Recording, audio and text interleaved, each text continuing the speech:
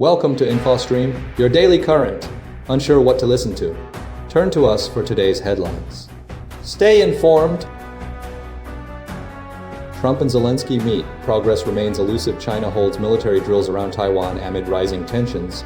Russia-Ukraine conflict escalates. U.S. conducts strike on Venezuelan facility. Claims Trump. U.S.-Nigeria strikes highlight regional instability. Trump's foreign policy strategy focuses on legacy. Thai-Cambodia border dispute intensifies. Cambodia's drone swarms create border tension. Kosovo's Kurti maintains political position. Syrians consider returning after conflict. Global conflicts increase stability. Train disaster and peace process stalled. Indonesia fire claims multiple lives. Suriname stabbing tragedy claims several lives. Trump and Zelensky meet. Progress remains elusive at recent meetings between U.S. President Donald Trump and Ukrainian President Volodymyr Zelensky regarding a revised peace plan for the ongoing conflict in Ukraine have yielded limited tangible progress, despite optimistic statements from both sides. While Trump expressed confidence that a resolution is very close, and Zelensky maintained that 90% of the terms had been agreed upon, significant sticking points persist, primarily concerning territorial concessions and the future of the Zaporizhzhia nuclear plant. A key element of the negotiations revolved around a proposed 15-year security guarantee for Ukraine, initially agreed upon to 95%, but later revised by Zelensky to a potential 50-year duration. However, disagreements remain regarding the scope and timeline of these guarantees. Russia continues to reject key aspects of the plan, particularly regarding the Donbas region, demanding full control of the territory.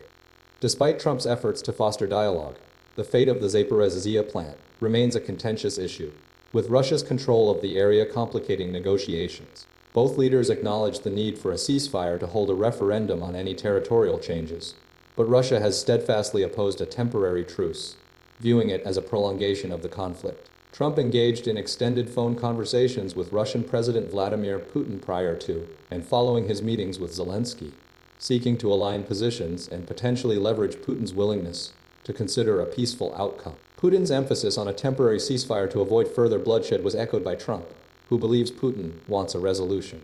Throughout the meetings, a complex dynamic emerged, with Trump repeatedly shifting his stance on territorial concessions, reflecting a disconnect between his aims and the demands of his Ukrainian counterpart. Despite these challenges, both leaders remained committed to pursuing a negotiated settlement, recognizing the immense human cost of the conflict. The meetings underscored the intricate and protracted nature of the negotiations, with no immediate breakthrough anticipated. Future discussions are planned, involving continued engagement with both the U.S. and Russian leadership, aiming to address the remaining obstacles and move towards a lasting peace agreement.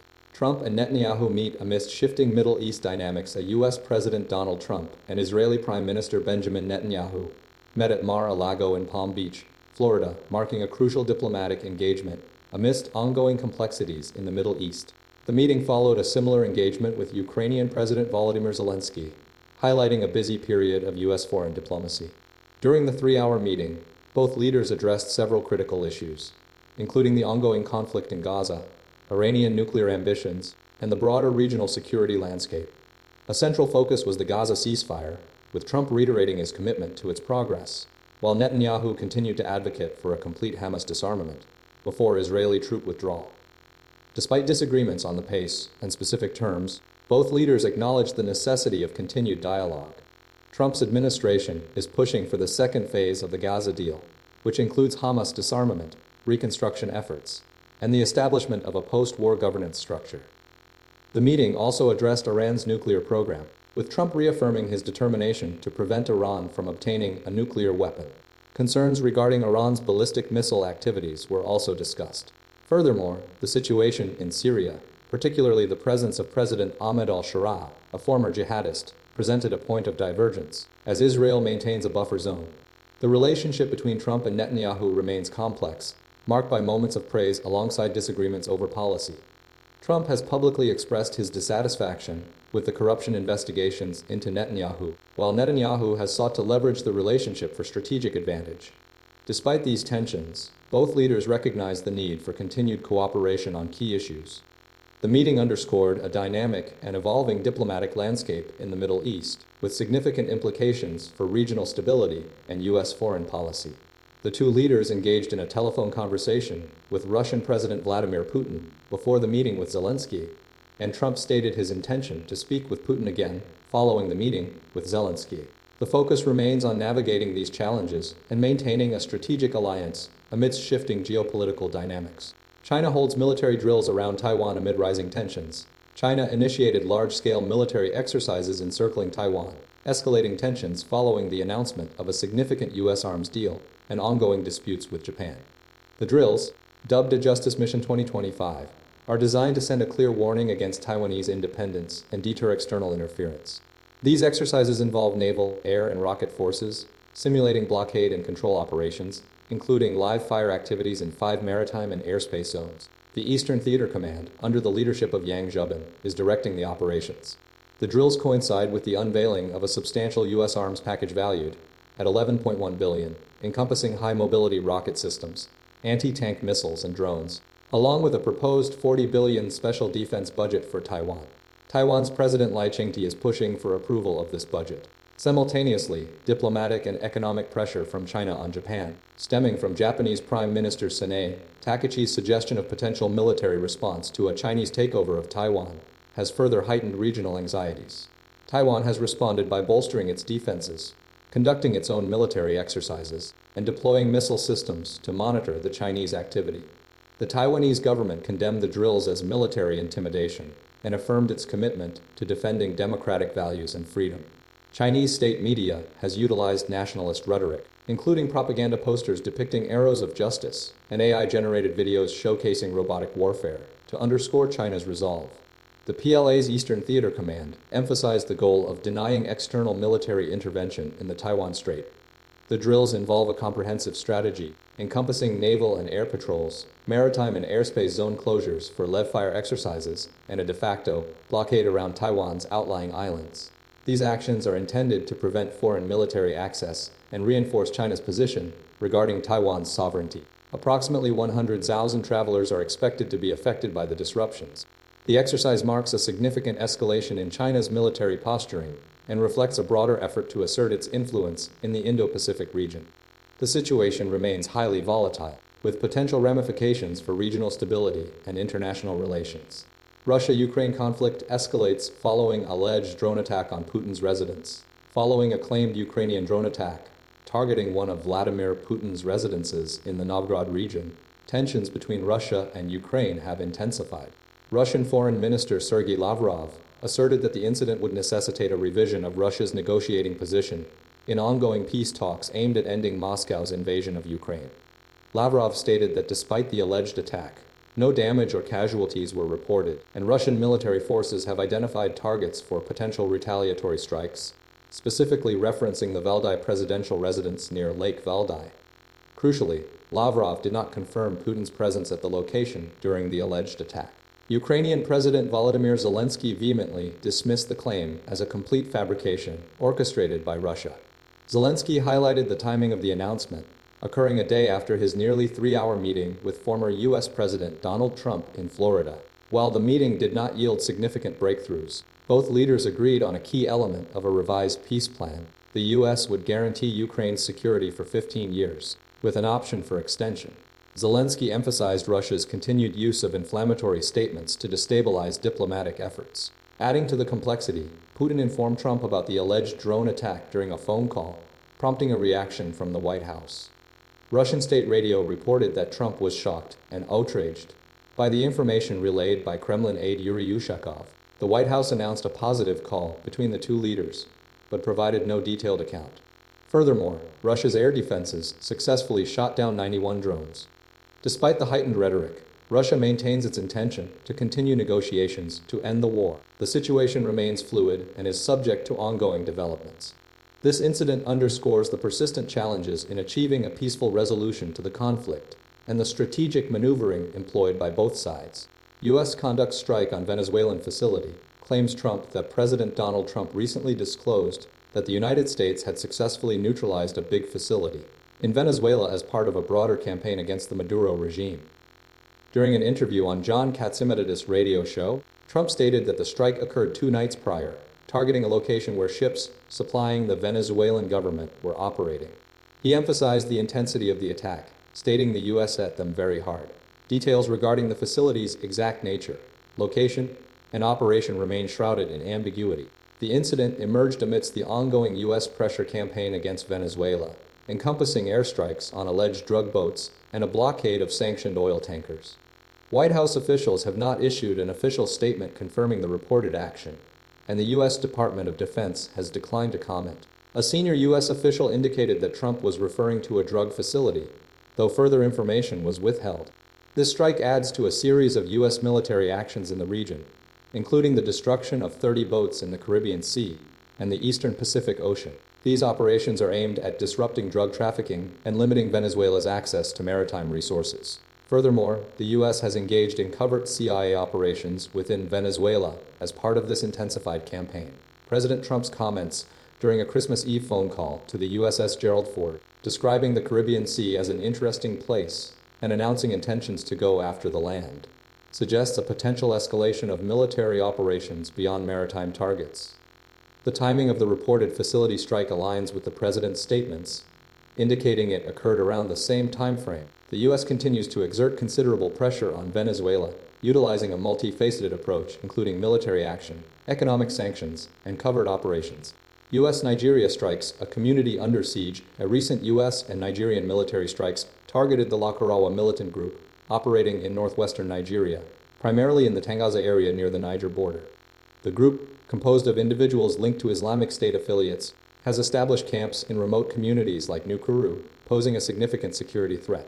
Residents, largely Muslim, live under the group's control, forced to pay taxes and adhere to strict religious rules, including bans on music and perceived immoral behavior, often resulting in punishments like flogging. The Lakurawa, dressed in camouflage uniforms and wearing turbans reminiscent of those worn in Mali and Niger, communicate primarily in Hausa and occasionally Fulfud, the language of the Fulani ethnic group. The attacks, occurring on Christmas Day, represent the second time the group has been targeted. Last year, Nigerian forces conducted an operation near Gadan Sama and Rumtua, resulting in civilian casualties. The Nigerian government designated Lakurawa as a terrorist organization following Trump's announcement of the strikes, granting authorities expanded powers to combat the group. The Lakurawa are accused of crimes including cattle rustling, kidnapping, hostage-taking, and attacks on government officials. The group's presence has displaced local communities, and the terrain, rough desert paths, and high ground facilitates their mobility. The attacks are part of a broader security crisis in Nigeria, with criminal bandits also terrorizing the northwest, often displacing the Lakurawa. The U.S. and Nigerian operation, a joint operation, as described by Foreign Minister Yusuf Matamatugar, aims to dismantle the group's operations. While the strikes were initially framed around the targeting of Christians, the majority of residents affected are Muslim. The villagers express a desire for freedom from the group's oppressive control. Ongoing challenges remain, including the group's ability to recruit and the complex dynamics of the region's security landscape. Trump doubles down on foreign policy bets as he seeks legacy and political advantage in President Donald Trump is intensely focused on several high-stakes foreign policy initiatives at the end of the year, aiming to solidify his legacy, while navigating a critical midterm election year. These efforts center around brokering peace in Ukraine and Gaza, alongside military interventions in Nigeria and continued pressure on Venezuela. In Ukraine, Trump is attempting to finalize a 20-point peace plan, initially involving Ukraine, Zelensky, and European leaders. Despite optimistic assessments following a meeting with Zelensky in Florida, the plan faces significant hurdles, including disagreements over security guarantees and Russia's unwillingness to concede strategic territory. Zelensky is seeking a 15-year security commitment, while Russia demands control of key industrial areas. Negotiations are complex, with both sides wary of concessions. Simultaneously, Trump is prioritizing the Gaza ceasefire, spearheaded by a board of peace, headed by himself. Pressure is mounting on Israeli Prime Minister Benjamin Netanyahu to implement the ceasefire, despite reported frustrations within the U.S. negotiating team, including Jared Kushner, and concerns about Iran's missile programs. The situation in Gaza remains fragile, with hundreds of thousands of displaced Palestinians facing dire conditions. Furthermore, Trump has ordered U.S. military strikes against ISIS forces in Sokoto State, Nigeria, timed to coincide with Christmas Day, aiming to send a message of support to Christians. This action, coordinated with Nigerian authorities, follows earlier deployments to Venezuela and the Caribbean. These interventions are characterized by a lack of detailed public briefings and raise concerns about potential political motivations. Throughout these endeavors, Trump is attempting to leverage his influence, particularly with Israel, and the evangelical Christian base, as he seeks to bolster his political standing. However, critics question the transparency and potential motivations behind these actions, particularly the lack of congressional oversight and the ambiguous justifications offered. The overall strategy highlights Trump's willingness to take bold, often controversial, bets on the global stage, driven by a desire to reshape the geopolitical landscape and secure a lasting legacy. The future of these initiatives remains uncertain, dependent on complex negotiations and the shifting dynamics of international relations. Thai-Cambodia border dispute escalates following ceasefire breach. Recent tensions along the Thai-Cambodia border have intensified following accusations by Thailand that Cambodia is violating a newly established ceasefire. The dispute stems from the detection of over 250 unmanned aerial vehicles UVs, or drones, originating from the Cambodian side on Sunday night. This action directly contradicts the terms of the ceasefire agreement, which was implemented following weeks of deadly clashes that displaced nearly 1 million people residing in the border regions. The ceasefire, a significant diplomatic achievement resulting from negotiations facilitated by China and the United States, aimed to freeze the current front lines and prevent the deployment of reinforcements. Crucially, it sought to allow the safe return of civilian populations to their homes. However, Thailand's Royal Thai Army deems the drone activity as a deliberate provocation and a clear breach of the ceasefire stipulations. The Thai military stated that continued violations of the agreement, including breaches of national sovereignty, could compel them to reevaluate the release of 18 Cambodian soldiers currently detained in Thailand since July. This move highlights the precarious nature of the fragile truce and the potential for further escalation. Cambodian Foreign Minister Prak Sokhonn has downplayed the incident, characterizing it as a minor observation of drones operating along the border. Despite this differing perspective, the situation remains volatile. The international community, including China and the United States, initially praised the rapid and fair conclusion of the ceasefire. However, the recent drone activity has introduced a new layer of complexity, raising concerns about the stability of the agreement and the possibility of renewed hostilities. The immediate future of the border dispute hinges on Cambodia's response and its commitment to upholding the terms of the ceasefire. Cambodia's drone swarms spark border tension. Recent escalating tensions along the Thai-Cambodian border have been fueled by Cambodia's continued deployment of numerous drones across sensitive areas. Specifically, the Royal Thai Army reported sightings of over 250 drones flying over multiple border zones, primarily in the northeastern provinces of Buriram, Sisaket, Surin, and Ubon Ratchathani. These drone incursions occurred on Sunday night and targeted areas including Chong Sai Taku, Chong Bok, Chong En Ma, Satasung, Sam Ta, Don Tuong, Chong Krang, and Tamuan Tom. The actions represent a significant breach of a ceasefire agreement established just 2 days prior, as outlined by the General Border Committee, GBC. Army spokesman, Major General Winthai Suveri, characterized these drone flights as a deliberate provocation and a violation of the tension-reducing measures agreed upon. He emphasized that the continued hostility poses a serious threat to the security and safety of Thai military personnel and civilian populations residing near the border. This is not an isolated incident. Similar drone activity followed earlier border clashes this year and contributed to a second round of Cambodian attacks in early December. Consequently, the Thai military is now considering a potential revision of its plan to release 18 captured Cambodian soldiers, highlighting the gravity of the situation and the Army's responsibility to safeguard national sovereignty. The Thai Army has thus far maintained a commitment to peaceful resolutions, but the persistent drone deployments underscore the ongoing instability and the need for continued vigilance along the border. The situation remains fluid, with a possibility of further escalation dependent on Cambodia's future actions. Kosovo's Kurti secures fourth consecutive victory amidst political uncertainty. Following months of political deadlock, Kosovo's Vetëvendosje party, led by Albin Kurti, secured a decisive victory in the February elections, winning a third term in power.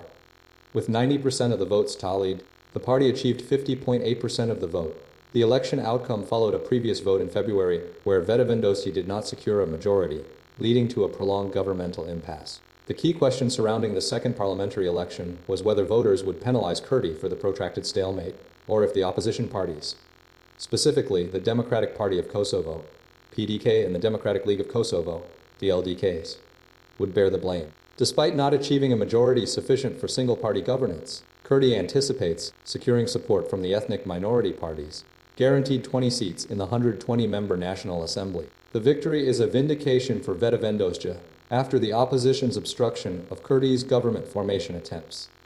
Kurti declared it the greatest victory in the history of the country, urging the opposition to cooperate. The election outcome is significant given Kosovo's missed opportunity to access hundreds of millions of euros in EU funds and potential agreements with the World Bank, potentially totaling over 1 billion. Repairing relations with key international supporters, including the EU and the US, is now a priority. Kurti's past actions, targeting institutions serving the Serb minority in northern Kosovo, angered Brussels and Washington, leading to punitive measures. The electorate's decisive endorsement of Kurti reflects a dissatisfaction with parties linked to the Kosovo Liberation Army, which failed to deliver on promises of prosperity following the 2008 Declaration of Independence. An analyst noted Vedavendosji's shortcomings, including constitutional violations and economic stagnation, yet concluded citizens perceive the opposition as more detrimental. The election outcome highlights a deep-seated political division within Kosovo and the need for a pragmatic approach to the stalled normalization dialogue with Serbia, a challenge Kurti faces given his strained relationship with Serbian President Aleksandar Vučić. Syrians weighing return after fall of Assad. Following Bashar al-Assad's removal in December 2024, over 500,000 Syrians have departed Turkey, reflecting a complex and uncertain outlook for their potential return. While the initial pull of home remains strong, numerous challenges are deterring many, particularly regarding the drastically altered conditions within Syria. Many Syrians, like Ahmed, 18, and Aya Mustafa, 32, express a desire to return, envisioning a rebuilt Syria, yet acknowledge significant obstacles, including destroyed infrastructure, the instability created by the interim president Ahmed al-Shirazi, former al-Qaeda leader, and the difficulties faced by families with elderly relatives and those with disabilities. The situation is complicated by the precarious economic and security conditions within Syria, with concerns regarding healthcare, education, and ongoing violence, as highlighted by a Syrian aid organization's family who have chosen to remain in Turkey. Work permits are scarce and Syrians often hold low-paid jobs, contributing to their marginalization. Turkish President Recep Tayyip Erdogan, while initially supportive, has introduced policies such as the ending of free medical care and increased hiring costs, creating a climate of uncertainty.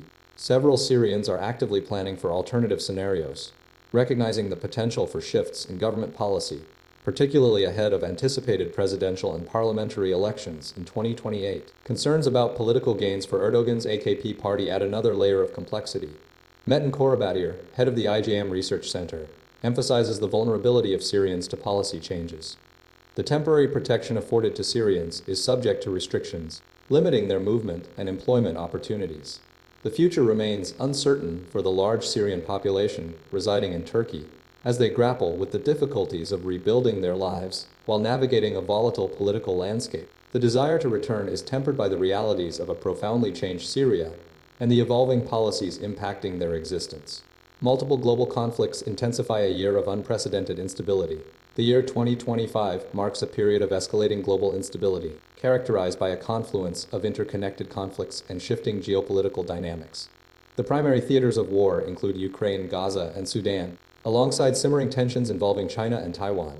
John Simpson, a veteran war correspondent, describes 2025 as the most concerning year he has witnessed in his 60-year career, driven by multiple, rapidly evolving conflicts.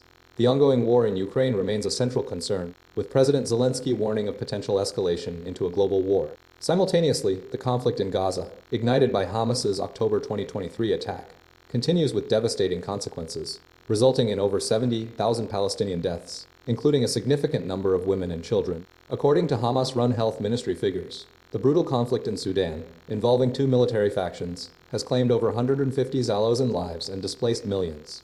Amidst these major conflicts, China's ambitions regarding Taiwan remain a significant point of contention, with director of the CIA William Burns stating that Xi Jinping had ordered the People's Liberation Army to be ready to invade by 2027.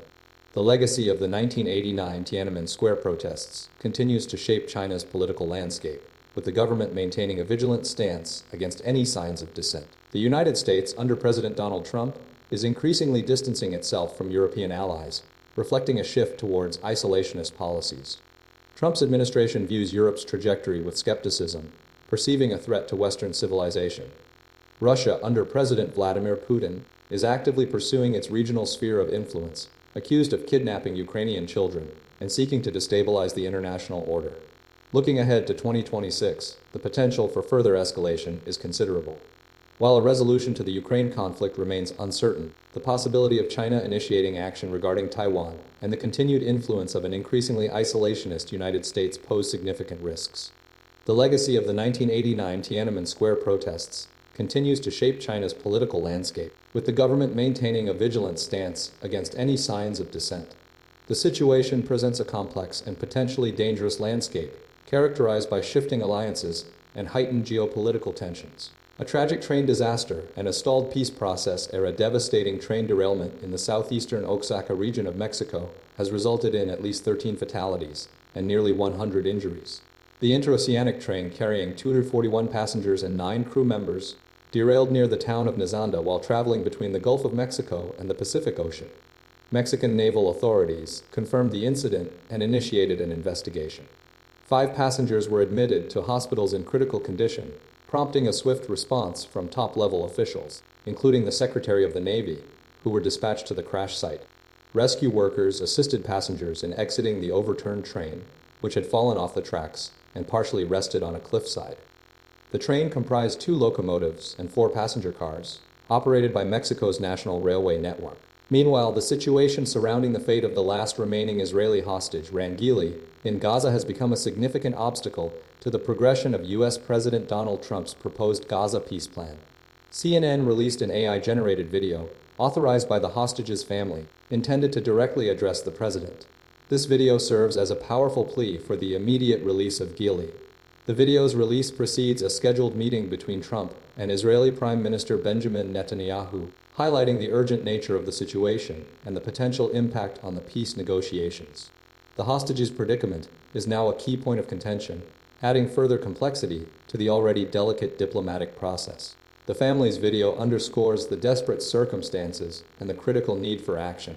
Indonesia nursing home fire claims 16 lives at a devastating fire at a nursing home for elderly residents in Manado, Indonesia, resulted in the deaths of 16 individuals and left 3 others injured. The incident occurred on Sunday evening at the Damai retirement home, located in the capital of North Sulawesi province. Local authorities confirmed the tragedy following the rapid spread of the blaze, which was initially reported to the fire department at approximately 20:30 local time, 12:30 GMT. Firefighters responded swiftly, battling the flames until around 21:30 local time, 13:30 GMT. The Fire and Rescue Agency Chief Jimmy Rotinsalu stated that many of the victims were found within their rooms, suggesting they were elderly residents resting during the evening when the fire erupted. The exact cause of the fire remains under investigation by police. The Damai retirement home housed elderly residents, and the circumstances surrounding the fire are currently being scrutinized. Initial reports indicate that the residents were likely in their rooms when the blaze ignited, contributing to the high number of casualties. The fire department's efforts to contain the fire were hampered by the structure of the building and the vulnerability of the residents.